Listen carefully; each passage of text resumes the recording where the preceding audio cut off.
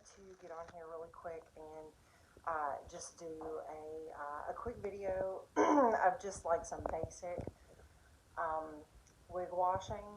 This is kind of what I do with all the wigs that I get for refurbishing, and kind of no matter what condition they're in, I try to be careful with them, especially like the lace fronts, the mono parts and mono tops and stuff like that. And so I'm just going to kind of go through, just like I said, this is just, if you've never done this before, this is just kind of basically what I do. There's not like some big, huge, like crazy science behind it. It's, you know, it's, don't be scared of it. It's fairly easy, but there's some things you don't want to do.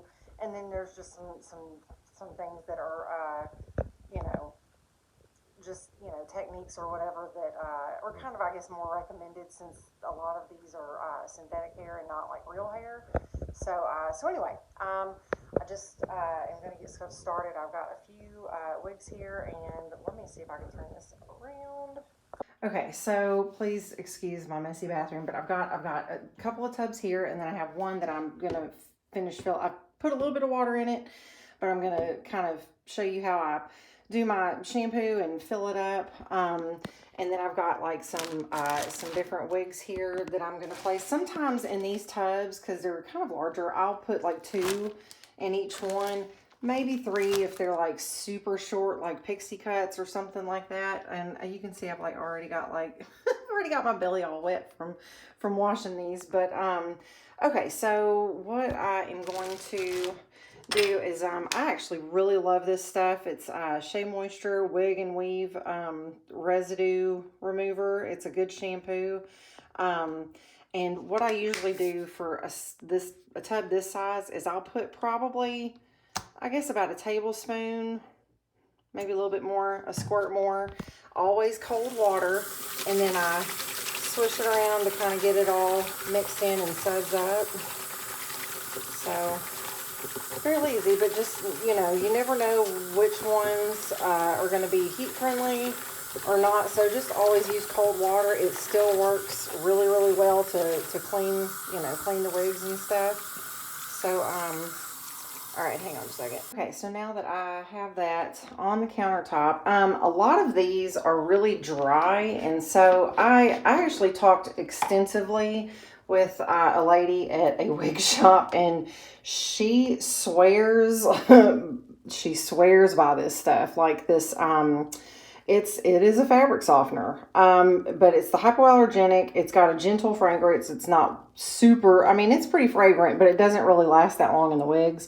But it can really kind of help take some of the smells out. But I will put just, you know, like a dash in each one of these, and then I'll kind of mix it all around really good.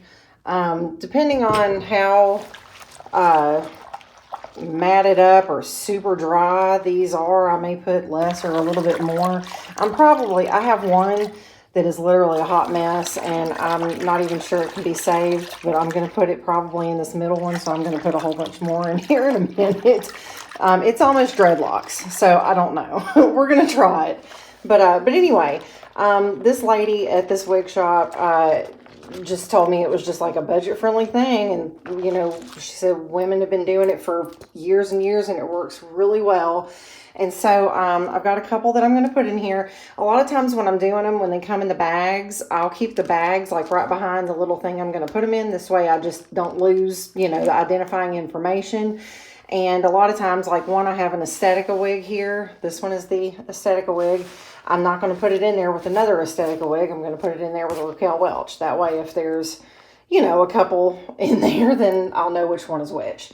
So this one is the Raquel Welch. And so I'll just, sorry, I kind of got off the camera there. But what I'll do is I'll just kind of set it down.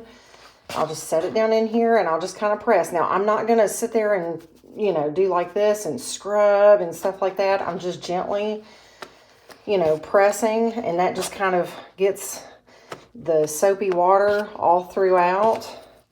You can do them side by side if you want to, you know, and just kind of just press them down. And so then what I'm going to do is I'm going to leave them there for probably about 20 minutes and just kind of check the water. I'm probably going to add a little bit more water to this one. I don't think I have quite enough. But so what I do is I'll leave them for a little bit, and then I'll come back to it in about 20-25 minutes. Wondering, this is the one that I was talking about that like is almost like dreadlocks. Y'all, I'm not even kidding. This, it just feels gross. It feels like each one of these like little strand bundles, you know, was like doused in hairspray or gel. It is, I tried to comb through it a little and I just stopped because I was about to break my comb. It's just gross.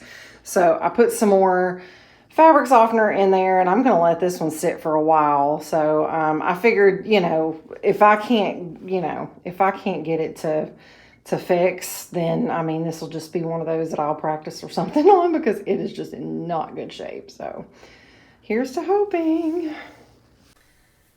Okay, so since these have sat here for about 20-25 minutes, I'm just going to kind of check them, and oh my gosh, you can see kind of how dirty that water is. So a lot of times what I'll do, like I said, these have got lace fronts, so you kind of want to be careful on how you grab them, because especially when they're wet, there's a lot more heaviness to them, so depending on where you grab them, it could pull and stretch stuff out, so you don't want to do that. So anyway, what I'm going to do is, especially with like the lace fronts and the mono part, I'm just going to make sure that, you know, I'm kind of gently rubbing that area, making sure that there's like no buildup, residue, stuff like that, because some people who donate will, you know, use glue and stuff like that. So I'm just trying to very carefully,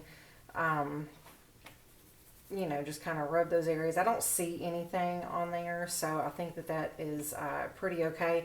And so like when I actually pull this out of the water, I'll turn around and show you. I'm actually pulling it over here by the ear tab. That way I'm not stretching out the lace front. Sometimes if you have, you know, this part of the cap back here, you can, if you want to grab, if you need to grab it in the front for whatever, make sure you're actually grabbing it back, you know, back here, so you're not pulling that lace. But anyway, so what I'm going to do is I'm just going to kind of keep like mashing it in there a little bit. I'm grabbing it towards the back, and then I'm just going to kind of give it a little squeeze and set this to the side for a second while I do this one with the same thing. And because the water is like really dirty, I'm going to make sure sometimes these have to, you know, be washed a couple of times. You know, let them soak. It just depends. I think a lot of this was probably from some like dry shampoo or some rooting that somebody had done. So anyway, so I'm kind of rubbing the lace front. This is a whole, you know, mono top here. Just trying to be gentle.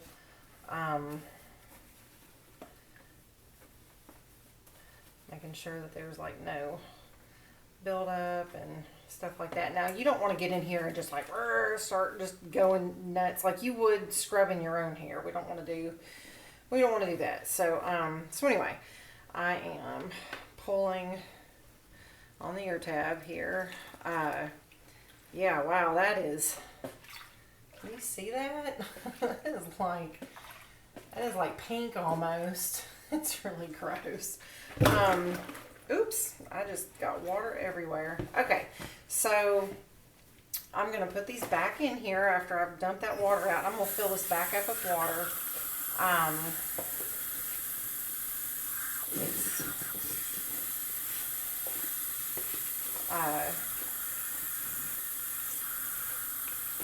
Sometimes it takes a couple of good rinses to get all the soap out, but I'm just trying to be real gentle. I'm not scrubbing, I'm not wringing it or anything like that.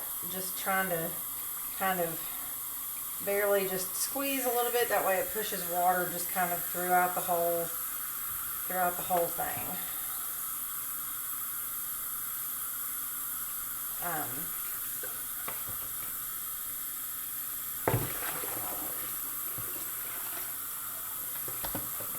Okay. Um, yeah, so I'll do this real quick. I'll probably fast forward through this a little bit, but you can still see kind of what I'm doing.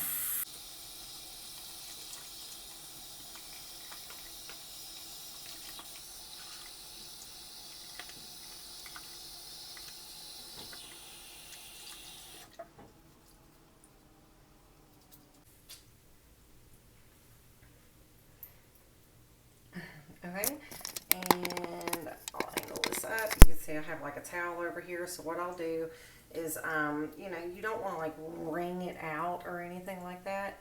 But if you want to take like the fibers and just give them a little bit of a squeeze just to get some of that excess out, mostly it's just going to have to kind of dry on its own on a towel. So I'll go ahead and do this other one, but that's pretty much how you go about washing a wig that you're going to refurbish.